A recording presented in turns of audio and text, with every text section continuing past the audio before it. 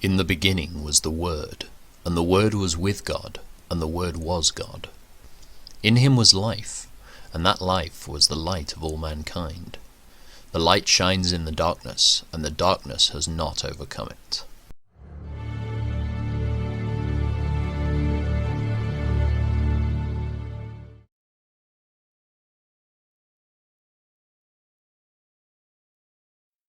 And the Lord said to Moses, "The following instructions are for those seeking ceremonial purification from a skin disease.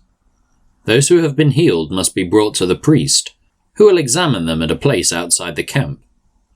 If the priest finds that someone has been healed of a serious skin disease, he will perform a purification ceremony, using 2 live birds that are ceremonially clean, a stick of cedar, some scarlet yarn, and a hyssop branch. The priest will order that 1 bird be slaughtered over a clay pot filled with fresh water.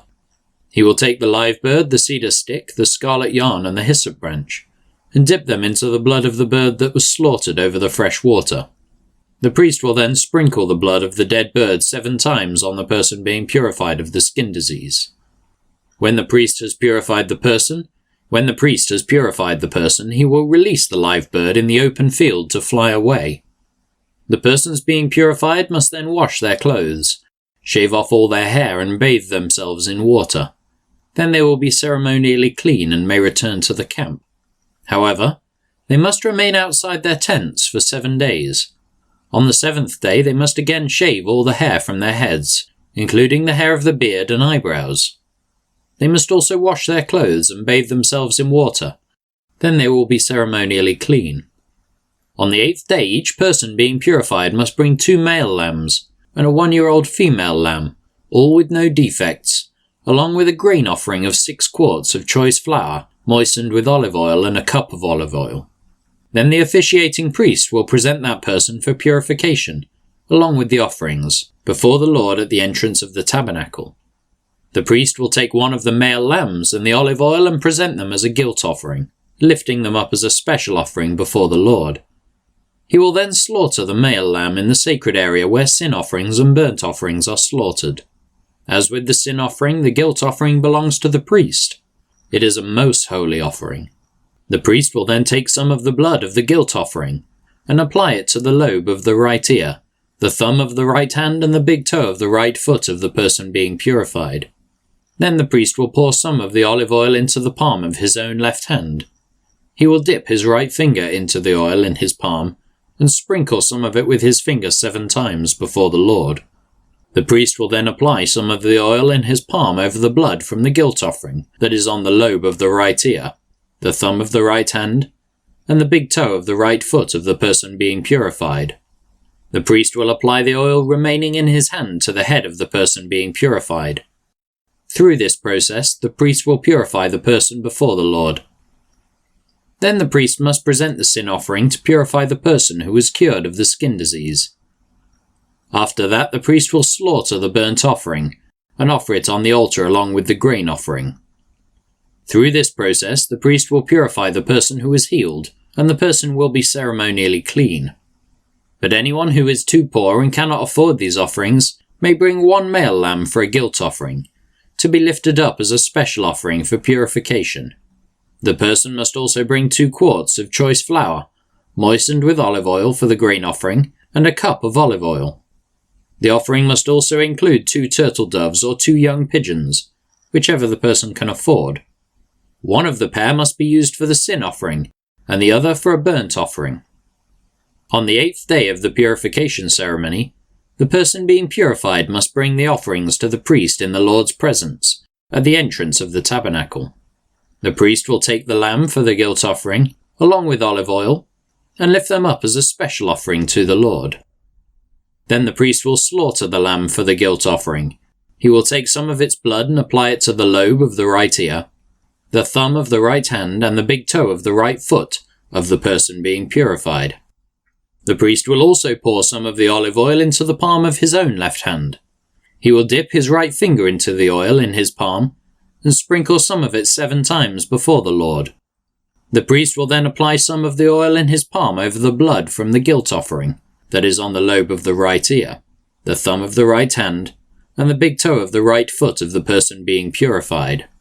The priest will apply the oil remaining in his hand to the head of the person being purified. Through this process, the priest will purify the person before the Lord. Then the priest will offer the 2 turtle doves or the 2 young pigeons, whichever the person can afford. One of them is for a sin offering, and the other for a burnt offering to be presented along with the grain offering. Through this process, the priest will purify the person before the Lord. These are the instructions for purification for those who have recovered from a serious skin disease but who cannot afford to bring the offerings normally required for the ceremony of purification. Then the Lord said to Moses and Aaron, "Whenever you arrive in Canaan, the land I am giving you as your own possession, I may contaminate some of the houses in your land with mildew. The owner of such a house must then go to the priest and say, 'It appears that my house has some kind of mildew.' Before the priest goes in to inspect the house, he must have the house emptied so nothing inside will be pronounced ceremonially unclean. Then the priest will go in and examine the mildew on the walls. If he finds greenish or reddish streaks and the contamination appears to go deeper than the wall's surface, the priest will step outside the door and put the house in quarantine for 7 days. On the 7th day, the priest must return for another inspection. If he finds that the mildew on the walls of the house has spread, the priest must order that the stones from those areas be removed. The contaminated material will then be taken outside the town to an area designated as ceremonially unclean. Next, the inside walls of the entire house must be scraped thoroughly, and the scrapings dumped in the unclean place outside the town. Other stones will be brought in to replace the ones that were removed, and the walls will be replastered. But if the mildew reappears after all the stones have been replaced, and the house has been scraped and replastered, the priest must return and inspect the house again. If he finds that the mildew has spread, the walls are clearly contaminated with a serious mildew, and the house is defiled.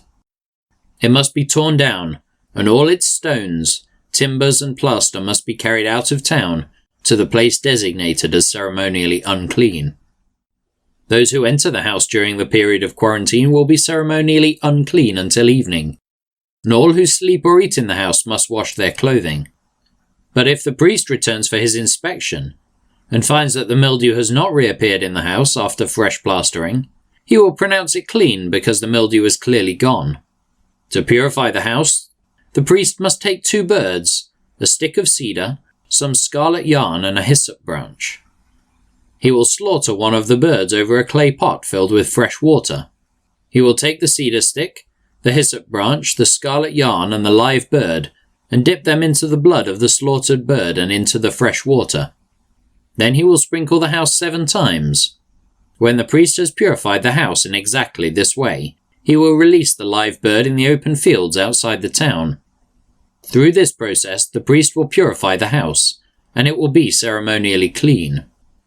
These are the instructions for dealing with serious skin diseases, including scabby sores and mildew, whether on clothing or in a house, and a swelling on the skin, a rash or discolored skin. This procedure will determine whether a person or object is ceremonially clean or unclean. These are the instructions regarding skin diseases and mildew. Then the Lord said to Moses and Aaron, "Give the following instructions to the people of Israel. Any man who has a bodily discharge is ceremonially unclean. This defilement is caused by his discharge, whether the discharge continues or stops. In either case, the man is unclean. Any bed on which the man with the discharge lies, and anything on which he sits will be ceremonially unclean. So if you touch the man's bed, you must wash your clothes and bathe yourself in water, and you will remain unclean until evening. If you sit where the man with the discharge has sat, you must wash your clothes and bathe yourself in water, and you will remain unclean until evening. If you touch the man with the discharge, you must wash your clothes and bathe yourself in water, and you will remain unclean until evening. If the man spits on you, you must wash your clothes and bathe yourself in water, and you will remain unclean until evening. Any saddle blanket on which the man rides will be ceremonially unclean. If you touch anything that was under the man, you will be unclean until evening. You must wash your clothes and bathe yourself in water, and you will remain unclean until evening. If the man touches you without first rinsing his hands, you must wash your clothes and bathe yourself in water, and you will remain unclean until evening. Any clay pot the man touches must be broken, and any wooden utensil he touches must be rinsed with water. When the man with the discharge is healed, he must count off 7 days for the period of purification. Then he must wash his clothes and bathe himself in fresh water, and he will be ceremonially clean. On the 8th day he must get 2 turtle doves or 2 young pigeons, and come before the Lord at the entrance of the tabernacle, and give his offerings to the priest. The priest will offer one bird for a sin offering, and the other for a burnt offering. Through this process, the priest will purify the man before the Lord for his discharge. Whenever a man has an emission of semen, he must bathe his entire body in water, and he will remain ceremonially unclean until the next evening. Any clothing or leather with semen on it must be washed in water, and it will remain unclean until evening. After a man and a woman have sexual intercourse, they must each bathe in water, and they will remain unclean until the next evening. Whenever a woman has her menstrual period, she will be ceremonially unclean for 7 days. Anyone who touches her during that time will be unclean until evening. Anything on which the woman lies or sits during the time of her period will be unclean. If any of you touch her bed, you must wash your clothes and bathe yourself in water, and you will remain unclean until evening. If you touch any object she has sat on, you must wash your clothes and bathe yourself in water, and you will remain unclean until evening. This includes her bed or any other object she has sat on. You will be unclean until evening if you touch it. If a man has sexual intercourse with her, and her blood touches him, her menstrual impurity will be transmitted to him. He will remain unclean for 7 days, and any bed on which he lies will be unclean. If a woman has a flow of blood for many days that is unrelated to her menstrual period, or if the blood continues beyond the normal period, she is ceremonially unclean. As during her menstrual period, the woman will be unclean as long as the discharge continues. Any bed she lies on and any object she sits on during that time will be unclean, just as during her normal menstrual period. If any of you touch these things, you will be ceremonially unclean. You must wash your clothes and bathe yourself in water, and you will remain unclean until evening.